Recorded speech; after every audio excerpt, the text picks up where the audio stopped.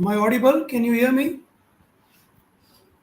Good morning, dear students. I welcome you all to the second session of the third day online classes for the first semester MA English students. So, yesterday I was talking about Julius Caesar. I gave you the introduction. I gave you the introduction of Shakespeare and also a few introductory. I also spoke on a few introductory points or a few introductory issues related to Julius Caesar.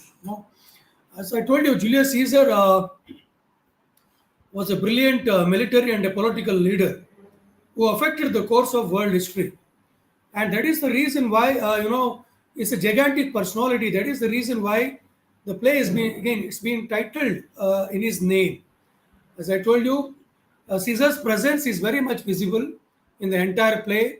Though Julius Caesar is killed in Act 3, his presence in the form of ghost, is visible, and whatever the repercussions of the death of Julius Caesar can be can be seen throughout the play. That is the reason why the play is titled on him.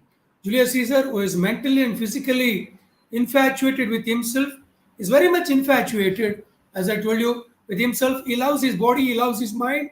Means he is very much a subliminal egoist, you can say. A man who loves himself. A man, you can say that he is self centered as a kind of godlike Superman. He compares himself to godlike. Okay, he is almost equal to divinity. Divinity. That is how he feels. But at the same time, there was also a physical problem with this with Julius Caesar. He was deaf in 1 year. In 1 year, afflicted with epilepsy because becomes increasingly dependent on visions of fortune tellers. He was very stubborn. He was very stubborn. As I told you, believes in his own divinity. This idea stirs resentment and fear in the aristocratic Republicans who seek to pressure the Republic and their own power, who therefore conspire to assassinate him before he becomes a king. As I told you, Republicans feel that uh, if we give him absolute power, there is every chance for Julius Caesar of becoming what? A dictator. A dictator. So they assume that if we allow Julius Caesar to rule the Roman Empire in future, he may turn out to be a dictator. So on the other side, you have Brutus, a very close friend of Julius Caesar. He is not aware of all this conspiracy of Cassius. Cassius wants to somehow get rid of Julius Caesar. That is the reason why he takes Brutus into his confidence. Into his confidence, Cassius enlists the support of Brutus because he is extremely influential and popular amongst the mass, amongst people, amongst the common people. Brutus is very popular. On the other side, you have Julius Caesar, a gigantic personality, a brilliant military and political leader, and you have Brutus, is very close to Julius Caesar, very influential, very popular amongst people, amongst common man, amongst common people. And to provide the conspiracy with unity and power, he enlists Brutus to his side. He enlists Brutus to his side. Though Brutus is well intentioned, he cannot perceive the selfishness and hypocrisy or the conspiracy of Cassius. They are called as seven secret Romans. The killers or the murderers of Julius Caesar is again they are termed or called as seven secret conspirators or seven secret Romans who join hands to kill Julius Caesar who join hands to kill Julius Caesar. And Brutus has no reason to kill Julius Caesar apart from his patriotism or love towards Rome. Again, his soliloquy at the opening of Act 2, Scene 1, in which He tries to convince himself, in which he tries to convince himself that Caesar must die for the good of Rome. For the good of Rome is a masterpiece of characterization, revealing Brutus as an extremely virtuous but deluded man whose head must be forever in the clouds. Whose head must be forever in the clouds means is the noblest of all Romans, very, very virtuous in character. There was no cause, there is no reason for Brutus to join hands with the seven secret conspirators or killers of Caesar. Brutus reviews his reasons for joining the conspiracy to kill Caesar, yet for the good of the state, yet for the good of the state. So he thinks about Rome, he thinks about Republican principles, Republican ideology. So, in order to protect Rome, in order to protect Republican ideology, Brutus unwillingly joins hands with the seven secret Romans or the conspirators, because he feels that absolute power of a king may change his nature and make him oppressive and tyrannical. So again, if you provide absolute power for someone who is considered as the topmost leader of a nation or a country or a kingdom, so he may misuse it, he may become oppressive or tyrannical in nature. So he may hardly regard or have consideration for people. So that is his worry. That is his worry. That is the reason why he joins hands with the seven secret Romans. He was not at all jealous. He was not at all jealous to kill Julius Caesar. On the other side, you have Julius Caesar, a man who is so much of proud, he suffers because of pride, extreme love towards himself. As I told you, he loves his own body, he loves his own ability or extra military skill he has. So he is very, very confident of himself. Look at these lines which reveal the character of Julius Caesar. Julius Caesar, when he was advised by Calpurnia, his wife, there are only two women characters in the entire play. There are only two women characters. One is Calpurnia, the wife of Julius Caesar. On the other side, you have Portia, the wife of Brutus. That is the reason why critics call this play as the play of, again, the play that deals with war and men. Okay, the play that deals with war and men. You only see men again speaking about war, talking about war, involving in war in the battlefield, and you don't see the presence of women again throughout the play. Only here and there you can see the glimpses or the presence of women here and there. Otherwise, women characters are completely neglected in the play. That is the reason why critics call this play as anti-feminist, because Shakespeare is not able to give or provide proper platform or opportunity for women characters here in this play. There are only two women characters. One is Calpurnia, who is the wife of Brutus Caesar. On the other side, you have Portia, the wife of Brutus. Portia is so much worried about the mental state of her husband because Brutus is not sleeping properly. Marcus Brutus is not sleeping properly. He is worried. Why he should kill Julius Caesar? Why he should be part of that seven secret Romans or conspirators? He is worried. He is spending sleepless nights. So Portia is very much worried about the mental state of her husband. On the other side, Calpurnia is also worried because you should not forget that the prophecy, what the soothsayer has predicted. Soothsayer has predicted to be aware of Ides of March. So something is going to happen to Caesar on 14th of March. So Caesar should not step out. Caesar should not step out of his capital or palace. He should be at his palace at any cost. You should not allow him to go out. So Calpurnia is worried now because Caesar has returned from the battlefield on February 12th.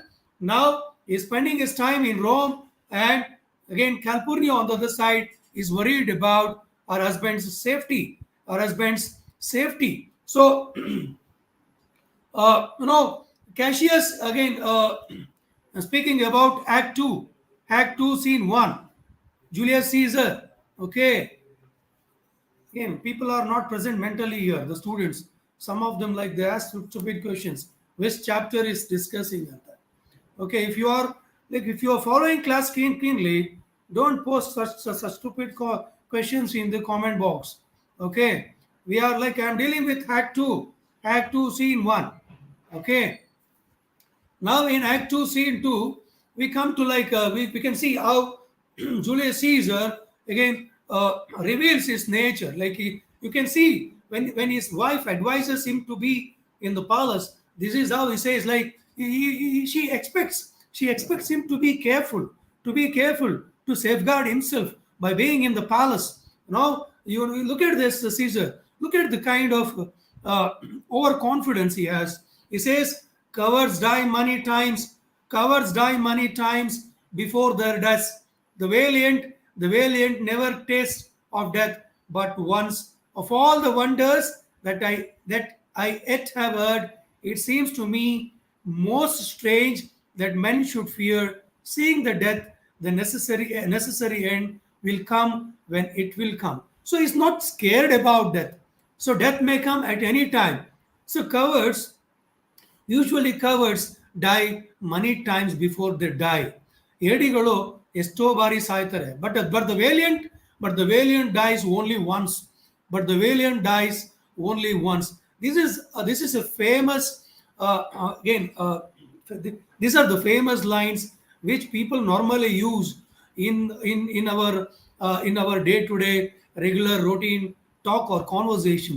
We use such phrases from Shakespearean plays in our day-to-day regular conversation, isn't it? Yes, and at the same time, Caesar also says, "The gods do this in shame of cowardice. Caesar should be a beast without a heart. If he should stay at home today for fear, no, Caesar shall not. Danger, keep it in mind. Caesar says, danger knows full well that Caesar is more dangerous than he. So he says that even danger is fully aware. Danger knows very well that Caesar is more dangerous than him. So he personifies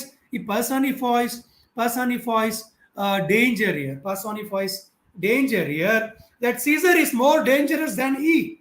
We are two lions. So he compares himself with danger. He feels that danger is his sibling who was born on the same day. So he says that Caesar is more dangerous than he. We are two lions littered in one day. In one day, high the elder, and more terrible, and Caesar shall go forth. Means I am not ready to sit in the capital or palace. So I am more dangerous than danger. Me and danger, both of us were littered. Okay, we two lions were littered on the same day. Littered ಅಂದ್ರೆ ಜನ್ಮ ತಾಳಿದ್ದು, ಜನ್ಮ ಕೊಟ್ಟಿದ್ದು ಅದೇ ದಿನ. We were born on the same day. Okay, so how can I stay at home? So he is all set to live for live for the meeting of senators, where the senators, including the seven deadly conspirators or killers or the secret Romans who are waiting to kill uh, kill Julius Caesar. So in fact they sent Decius, Decius, Decius uh, to influence Caesar. In a way, Decius was worried that Caesar may stay at home. So, in fact, Decius tempts Julius Caesar to come out of his palace. In fact, he mocks at him. He makes fun of him. He says that such a valiant fellow you are, how can you stay at home? So again, In fact, he says that to give this day a crown to mighty Caesar, if you shall send them word, you will not come. Their minds may change. If you don't come, this is what Decius says. If you don't come to the meeting of senators, they may change their idea of crowning you as the king or the emperor of the Roman Empire. They may change their mindset. These senators may change their mindset. Think about it. Okay, you cannot stay at home today. It is right time for you to come. And you see, when again break up the Senate will till another time. They may break up the Senate, the meeting. The senators may break up the meeting. They may ask you to wait for another day. So when Caesar's wife shall meet with better dreams, if Caesar hide himself, shall they not whisper, "Lo, Caesar is afraid"? Calpurnia has got a bad dream about Caesar's future, because according to soothsayer, there is a danger for Caesar's life. And Calpurnia has a bad dream where she sees the statue of Caesar, the bleeding statue of Caesar at the center of Rome, which has been installed in the center of Roman Empire, Rome, city of Roman Empire. Okay, she gets a bad dream. So in that dream, she sees again the bleeding statue of Julius Caesar, the bleeding statue of Julius Caesar. And this is the reason why Decius mocks or makes fun of Calpurnia. He says, let Julius Caesar attend the meeting when Calpurnia gets a better dream. Okay, better dream. On the other side, Caesar is all set uh, all set to attend the meeting. In Act 3, he goes there to attend the meeting, and the seven senators are waiting for him. And Mark Antony, another important character in the play. He also attends the meeting. He also joins Caesar. He also comes along with Caesar. Mark Antony is very, very cunning guy in the play. He's very, very a confident and a loyal friend of Caesar. After his death, he forms an alliance with Octavius Caesar. Octavius Caesar is the brother of Julius Caesar, and he joins hands with Octavius Caesar. He is extremely obedient, loyal to Caesar, and the closest companion of Julius Caesar, who Mark Antony. On the surface, he agrees with the two men and pledges alliance to them. However, upon their exit, Mark Antony, through soliloquy, proves his loyalty to the late Caesar. At the time of killing Julius Caesar, in fact, he assures those seven senators that he is not going to harm those seven senators. At the same time, he is not going to tell anything to people about the killing. He is going to be trustworthy with those seven senators. But he doesn't keep up his promise. In fact, Cassius asks Brutus to kill Mark Antony at that situation at that time. But in fact, Brutus allows Mark Antony to survive. The reason is Brutus always felt that Mark Antony won't pose a danger for us in future, because he's fully aware that in military wise, again, when it comes to military skills, Mark Antony is nothing. He can't do anything because military wise he is nothing. On the other side, Mark Antony is a good poet, very, very romantic, very, very romantic. He writes romantic verses or lines. On the other side, his military wise is very weak, but he joins hands with Octavius Caesar, who has gone abroad for his studies. Mark Antony owes vengeance on the hand that shed this costly blood. Again, but at the same time, as I told you, Mark Antony is a pleasure seeker. Enjoys musics and plays. Extremely cunning, astute with excellent rhetorical skills. Extremely cunning, astute, and what? astute with what? Excellent rhetorical skills.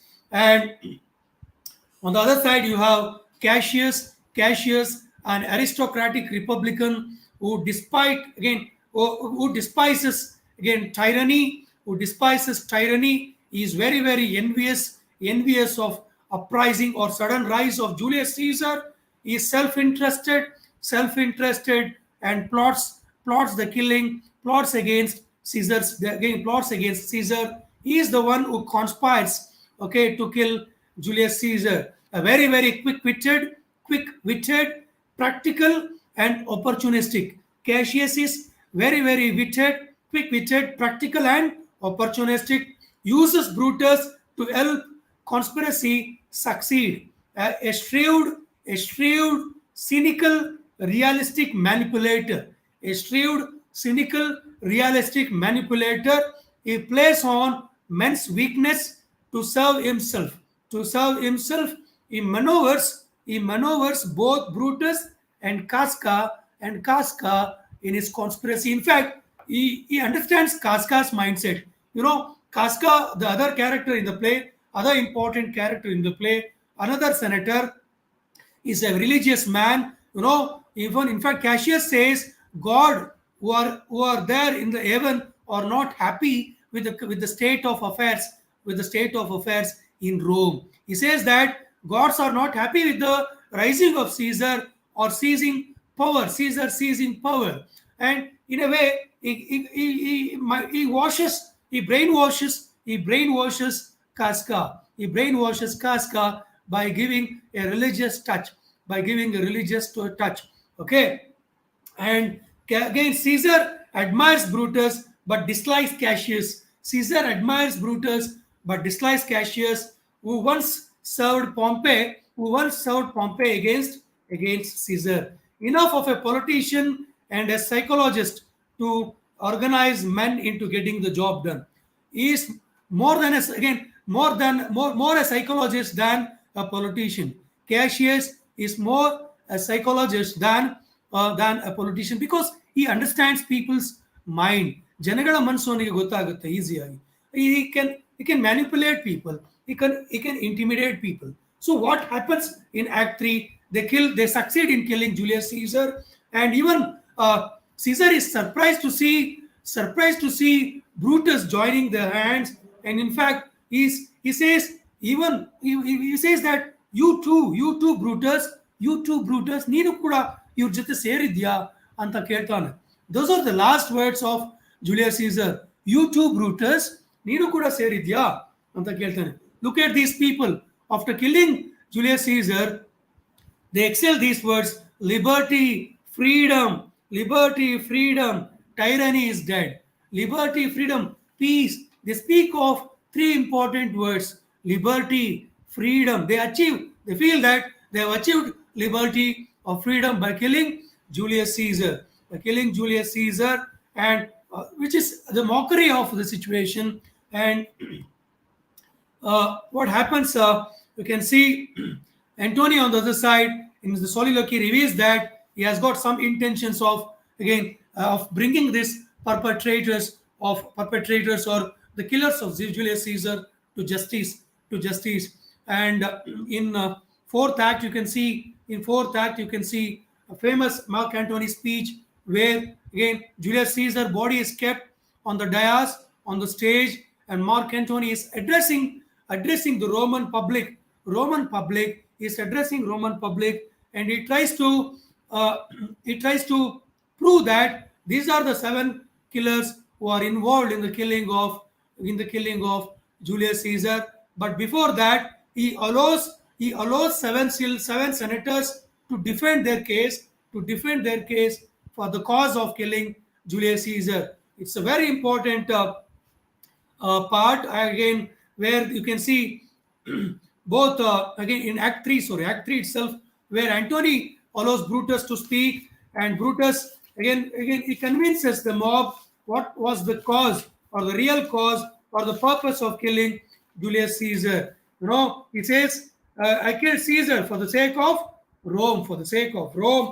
Okay, let me read out the exact exact lines. Okay, what exactly he says about the killing? How does he defend? How does he defend uh, the killing of Julius Caesar? He says that. Read out. Listen to it carefully.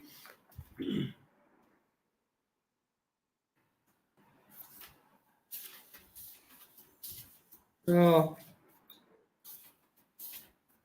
Yes, not that I loved Caesar less, not that I loved Caesar less, but that I loved Rome more. As he was ambitious, I'm skipping few lines. Okay, as he was ambitious, I slay him. There is tears for his love, joy for his fortune, honor for his valor, and death for his ambition. Who is here so rude that would not be a Roman, that would not be a Roman, if any speak for him, have I offended? Who is here so wild that will not love his country? Love his country. ಅಂದ್ರೆ ದೇಶಕ್ಕೋಸ್ಕರ ಸಾಯಿಸಿದ್ದು ಅಂತ. That's how he defends. Like there is a proper reason, cause for Caesar, sorry, for Brutus, for being part of Caesar's murder or killing.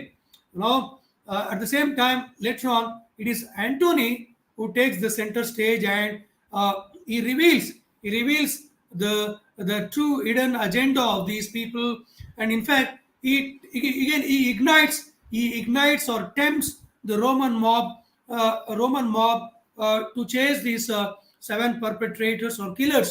So what happens in Act 4? You can see the war takes place, and you can see both Brutus and Cassius. They see the ghost of Julius Caesar. The ghost of Julius Caesar appears in battlefield, and both of them, they commit suicide by killing each other. So by killing, they kill themselves. In fact, Brutus has one of his loyal friend to kill him with the spear, the level spear.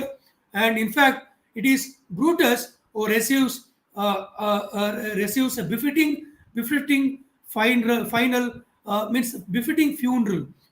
ceremony. His body is brought into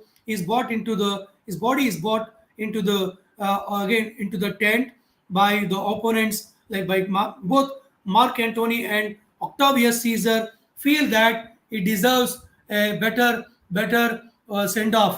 He deserves a better send off. His body is brought into the war tent there, into the camp, and they talk about a befitting funeral to be given to Brutus. This is what Mark Antony says about Brutus. This was the noblest Roman. This was the noblest Roman of them all. All the conspirators, save only he, did that they did in envy of great Caesar. He only in a general honest thought and common good to all made one of them. Made one of them. His life was gentle, and the elements so mixed in him that nature might stand up and say to the world, this was a man. This was a man. This was even nature. Even nature should feel like giving respect or proper adieu or final send off to this man, because they feel that this was the noblest Roman of all, because he died for a proper cause. He died for a proper cause. What is that proper cause? To defend the ideal republican ideology or principle, where it speaks about the republican ideology speaks about equal share of power amongst people, elected people by the people. And they are all talk about, both Mark Antony and Octavius Caesar talk about the final fitting again funeral to Marcus Brutus. That's how the play ends up. It's a beautiful play, and it's a play about, it's a domestic fight or a feud for war for or again fight takes place for what? Fight again. If the fight takes place for power. People are hungry for power. Even Mark Antony and Octavius Caesar, they are also hungry for power. Again, even Brutus, Cassius, they were also hungry for power. Not Brutus, Cassius, and other people were hungry for power. The entire play is for Again, it's a struggle for power. The entire play deals with the theme of war, the theme of friendship, the theme of friendship, the theme of patriotism, love towards one's nation. Okay, this is how the play ends. You keep note of all these points, use that in the exam. And moving on to the next text, I hope given enough justice for Julius Caesar within the allotted time. Let me try to complete another text from the same paper, Shakespeare Hardcore Paper 2, Hardcore 1.2. Hardcore 1.2 is about Shakespeare. Let me try to complete another play, that is Merchant of Venice. I want your response. I hope you people got enough information regarding Julius Caesar. I hope I was able to reach out. I was able to give enough justice on this text. Coming to the next text, as I told you, it's about another important text. There's the Merchant of Venice, that is called as Merchant of Venice by Shakespeare. This play was, again, Shakespeare probably might have written this play in the year 1596. He might have written this play between 1596 and 1598. 1598.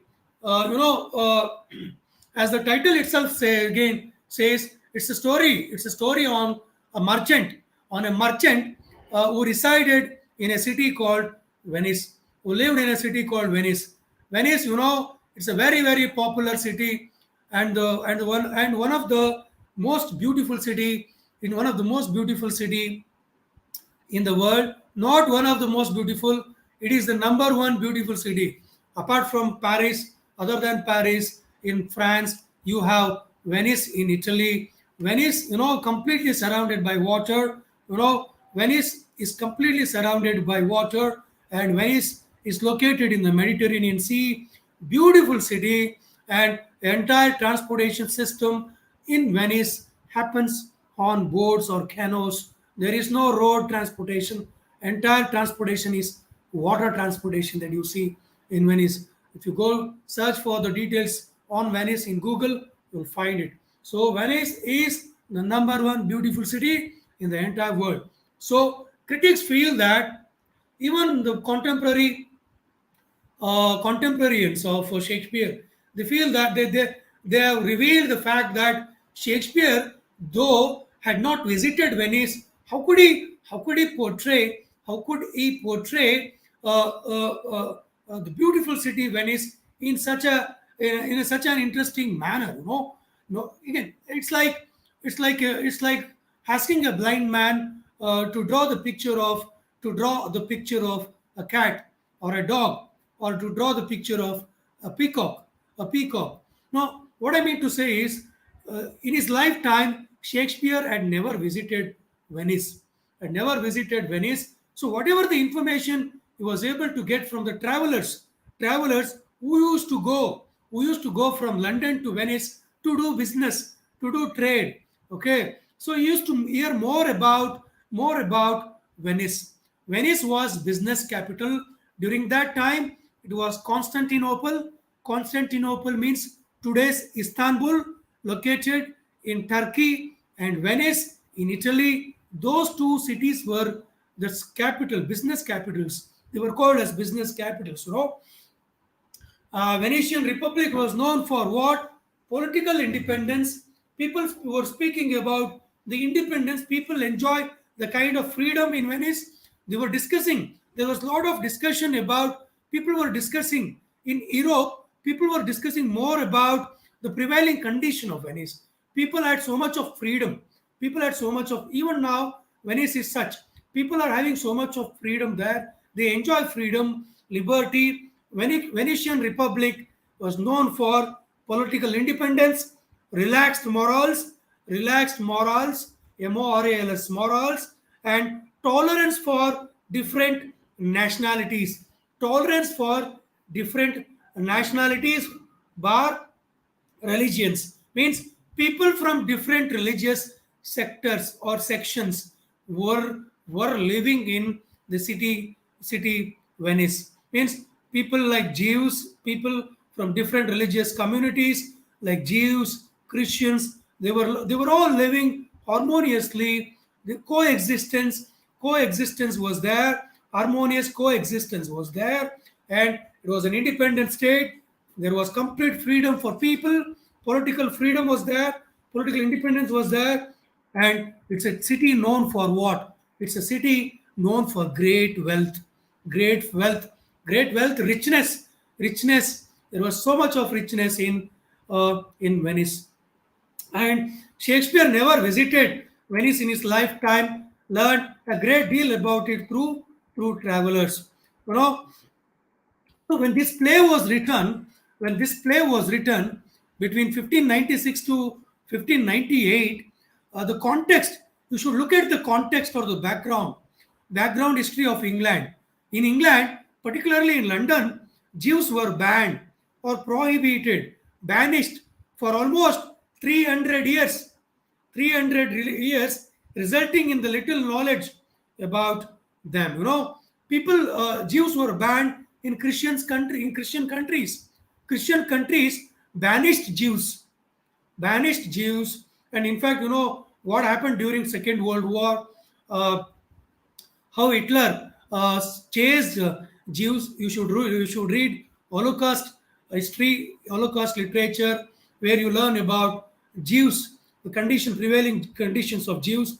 Jews were chased out of Europe from Poland, from Germany, and later on they formed their own separate country called Israel. Israel in Middle East. They came all the way from Europe and settled in Israel, the present day Israel, which is located near Jerusalem. Jerusalem, very, very important religious place. Jerusalem is known for what? It's an important place. It's an important place for sacred religious spot for Christians, Jews, and also for Muslims. And everything is interconnected. Jews, again, there is hatredness or animosity. There is too much of animosity or hatredness between Jews and Christians, and Christians, because they have got some religious connection. Even in Bible, these Jews are like completely they have given negative shade or negative scope for Jews. There is negative shade or negative scope for Jews in Christianity. Okay, even Muslims don't like Jews and Christians don't like Jews. Jews are the people who are waiting for the arrival of God or the Messiah of God. The same time, again, as I told you, Jews were prohibited or banished. They were banned or banished in entire Europe. That is the reason why, because there is an interesting character here. There is an interesting character called Shylock. Shylock is a Jew. Shylock is a money lender. Money lender is a Jew. On the other side, you have Mark Antony, who stands for Christianity, Christian principles.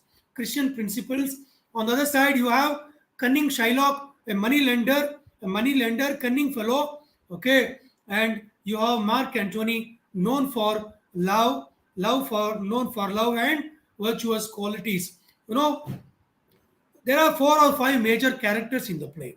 You have Mark Antony, who is called as Merchant of Venice. He is the merchant. Of Venice. Mark Antony is the protagonist or the hero of this play.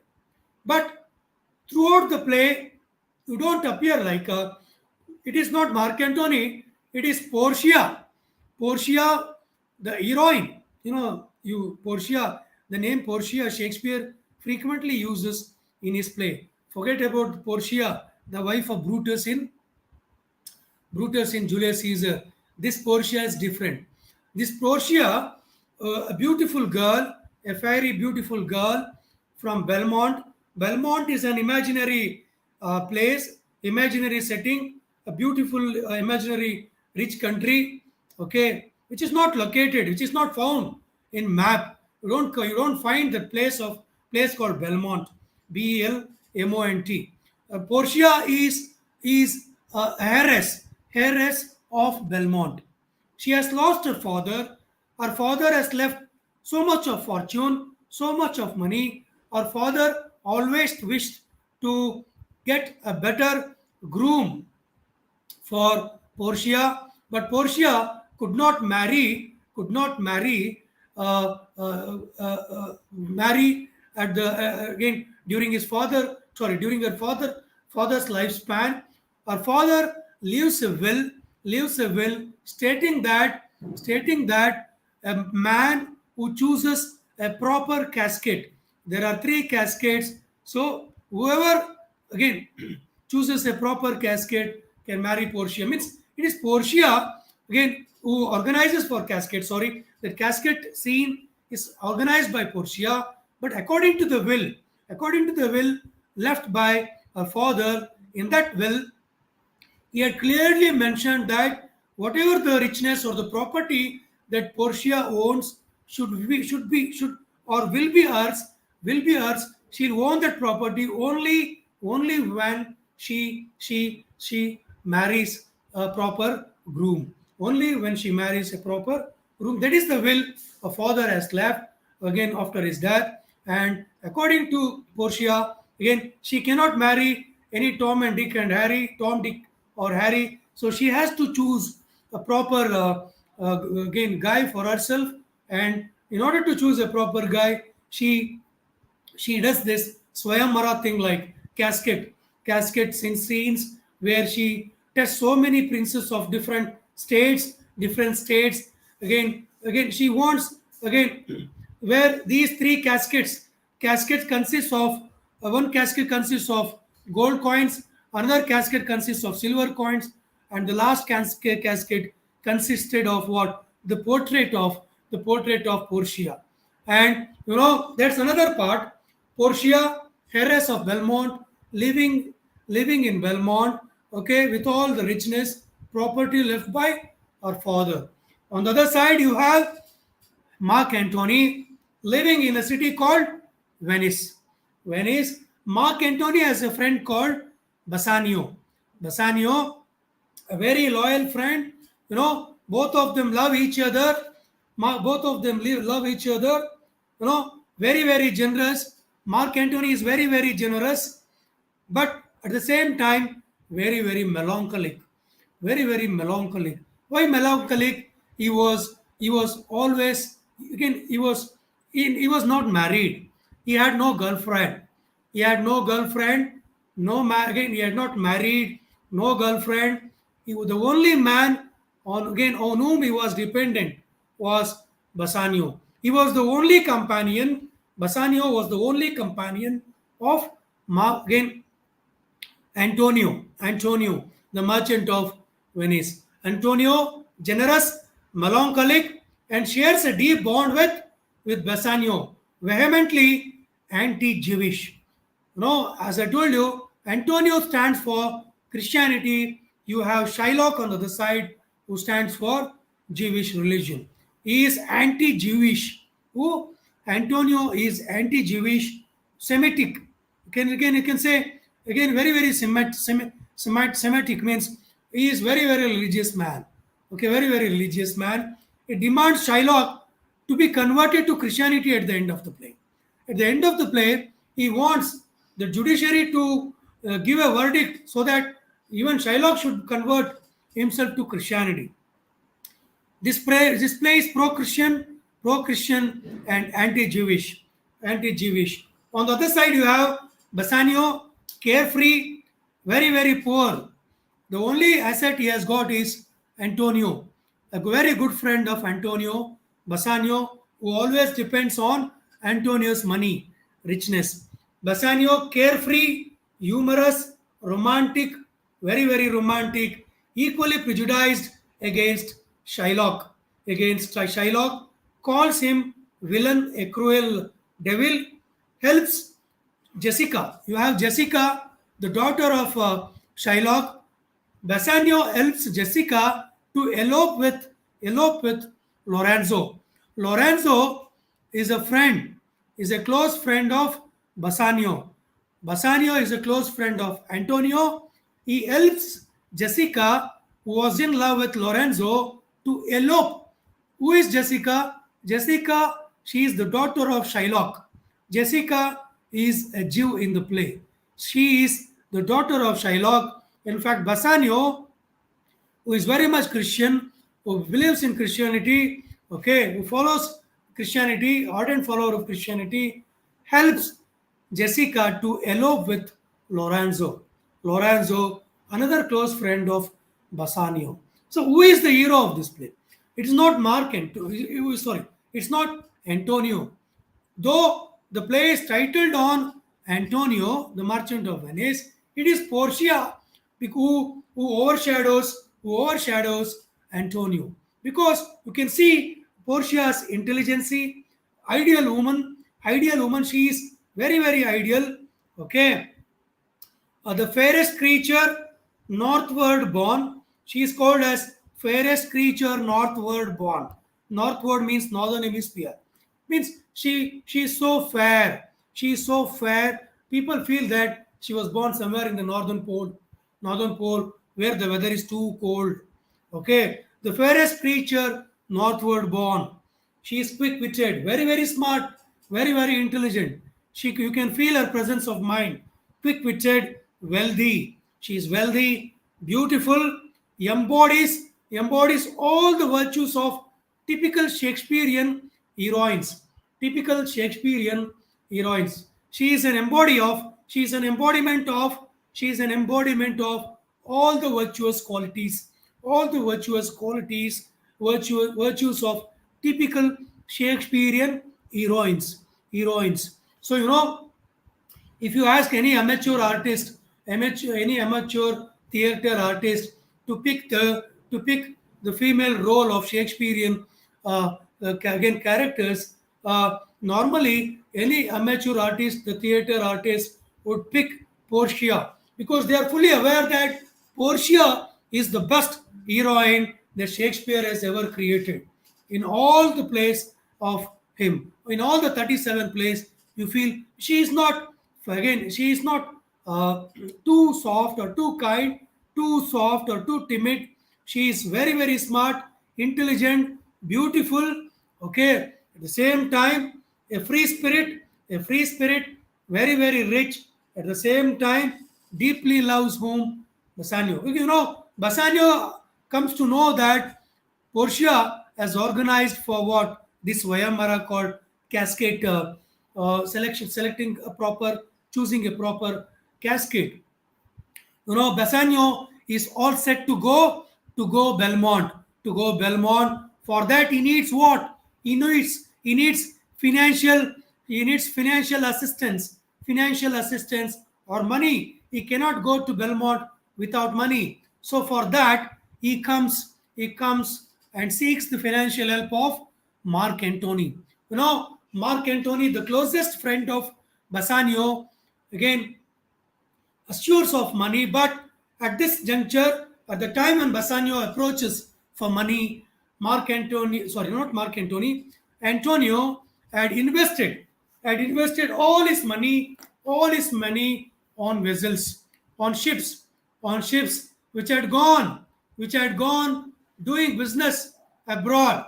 So he has got few ships vessels which had gone abroad doing business, trade across the sea to different countries. So he is expecting money. Once his ships returns, he'll get so much of money. So he's expecting money. He has invested money on trade on those ships which have gone abroad to do trade, to do business. So what happens here? Mark Antony cannot give him the money at this juncture.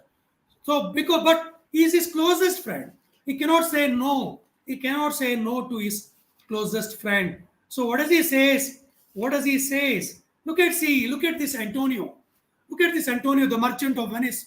The closest friend of Bassanio. He says that look at the use of language. I hold the world, but as the world. Graciano, a stage where every man must play a part, and mine a sad one. These lines reveal the melancholic nature of Antonio. I hold the world, but as the world, Graciano is another character, a stage where every man must play a part, and mine a sad one. So he compares his life to to the play where every character do play the role, but my role played in the life is a sad role. Means he is very very melancholic. The reason is he is lonely. He has no dependents, no family members. He is not married, no girlfriend or fiance. The only friend that he has is Bassanio. Look at these words. So Bassanio goes there to seek money.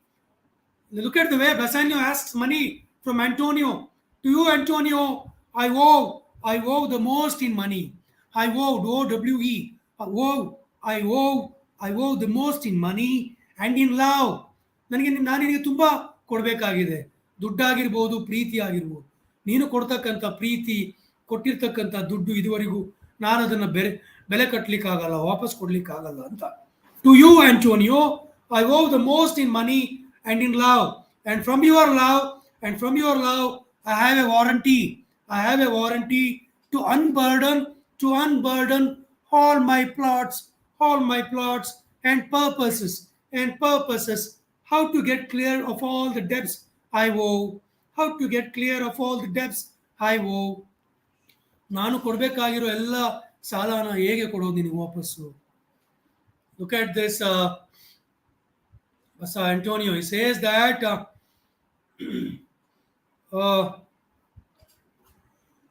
I pray you, good Bassanio, let me know it, and if it stand as you yourself still do within the eye of honor, be assured, he says, I pray you, good Bassanio, let me know it, and if it stand as you yourself still do within the eye of honor, be assured, my purse, nanna purse, my person means my personality, my image, my character, my purse and my person. Look at the use of language here. Shakespeare, he is simply he is a genius. Look at the way my purse, my person, my extremist means lie, all unlocked ಎಲ್ಲ ತೆಗೆದಿಟ್ಟಿದ್ದೀನಿ. ನನ್ನ ದುಡ್ಡಾಗಿರ್ಬೋದು, ನನ್ನ character ಆಗಿರ್ಬೋದು, ನನ್ನ personality ಆಗಿರ್ಬೋದು, all unlocked to your occasions. So again, this conversation between the friends reveal the closest bonding that you ever see in Shakespearean plays. Bassanio strikes us at first sight as being the spendthrift. He is the spendthrift. He spends money lavishly, who lives much beyond his limits, his means. Again, Bassanio never understands his limits or his means, whereas Antonio is ready to give money to his friend at any given point of time. At this juncture, he doesn't have money. That's the reason why he asks him to borrow money from anybody, from any money lender in Venice, so he can repay it later once the ships return to Venice from different parts of the world. So what happens there? You can see Bassanio comes to know that there is a money lender. There is a money lender called Shylock. Shylock is an antagonist. The villain is considered. You can call him as a villain, antagonist of the play. Bloodthirsty. He is thirsty for Christian blood. Merciless, very very merciless, very very shrewd, SHREWD, very very shrewd, merciless, and menacing. Is very very menacing, MENACING, menacing, money minded. Is a Jew. Oba Yehudi, is a Jew, money lender, at the same time very very cunning. So what happens here? Bassanio goes there seeking for money. He comes to know that Shylock, a Jew, is ready to lend money to anybody at the rate of some interest, some money. Okay, Shylock, when Bassanio goes there to sign the deal, this is what the deal is. Shylock demands for a bond, on the bond treaty, demands for a bond with a condition, if he fails to repay, he can take flesh of Antonio from any part of his body, So he can, if Antonio fails to repay the money that Bassanio has borrowed for himself to go Belmont, to attend the casket Swayamvara with Portia. So he wants to marry Portia. He has heard about Portia. He wants to go Belmont. For that, he needs money. So what he does, he meets again Shylock. Shylock is fully aware that there is a money lender, a Christian businessman called Antonio, who gives money without interest for poor Christians. So he is very, very ardent follower of Christianity. Antonio, he lends money without interest for poor people, needy people. So Shylock is aware of Antonio. He has heard about him. ಅವನಿಗೆ ಗೊತ್ತು Antonio ಅಂತ ಒಬ್ಬ ಇದ್ದಾನೆ. So in a way, he is hampering his business. He is hampering his money lending business. That is the reason why Shylock feels that it is high time for him to take revenge or to trap Antonio. That is the reason why he agrees to lend money to Bassanio. I'll stop there. I'll continue in the next class. I'll try to complete this text within 15 minutes tomorrow, and I'll move on to a new text. Okay, tomorrow after completing this play. Thank you, one and all. Let me continue with Merchant of Venice once again tomorrow. All the best for the rest of the day. Take care. See you tomorrow.